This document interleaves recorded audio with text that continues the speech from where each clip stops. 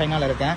எப்பயுமே December, January, பிப்ரவரி மந்தில் pneumonia வந்து கொஞ்சம் அதிகமாக தான் இருக்கும். அதே மாதிரி இன்ஃப்ளூயன்ஸான்னு சொல்கிறது, ஃப்ளூ, இது எல்லாமே நார்மலாகவே அதிகமாகும் டியூ டு கிளைமேட் சேஞ்சஸ் தான். இதை வந்து மற்றபடி இவங்க சொல்கிற மாதிரி புது வைரஸ் உருவாயிருக்கு, திரும்ப பேண்டமிக்கா, லாக்டவுனா, சைனா ஃபுல்லாக லாக்டவுனு, எமர்ஜென்சி அனௌன்ஸ் பண்ணாங்க. இங்கே இருக்கிற மக்கள்லாம் ரொம்ப கஷ்டப்படுறாங்க. இந்த யூடியூப்பில் உட்காந்துட்டு தமிழில் இந்த சைனா வந்திருக்கவும் மாட்டாங்க, வந்து பார்த்துருக்கவும் மாட்டாங்க.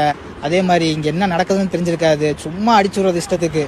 ஏன் இப்படி பண்ணுறீங்கன்னு தெரியல. ஏன்னா நீங்கள் சொல்கிறத தான் அங்கே இருக்கிற மக்கள் நம்புகிறாங்க. அங்கே இருக்கிற எங்களோட குடும்பங்கள் ஆகட்டும், இங்கே தமிழ் மாணவர்கள், இந்திய மாணவர்கள் படிக்க வந்தவங்களாகட்டும், எல்லாருமே வந்து அவங்க ஃபேமிலியில் பயப்படுறாங்க.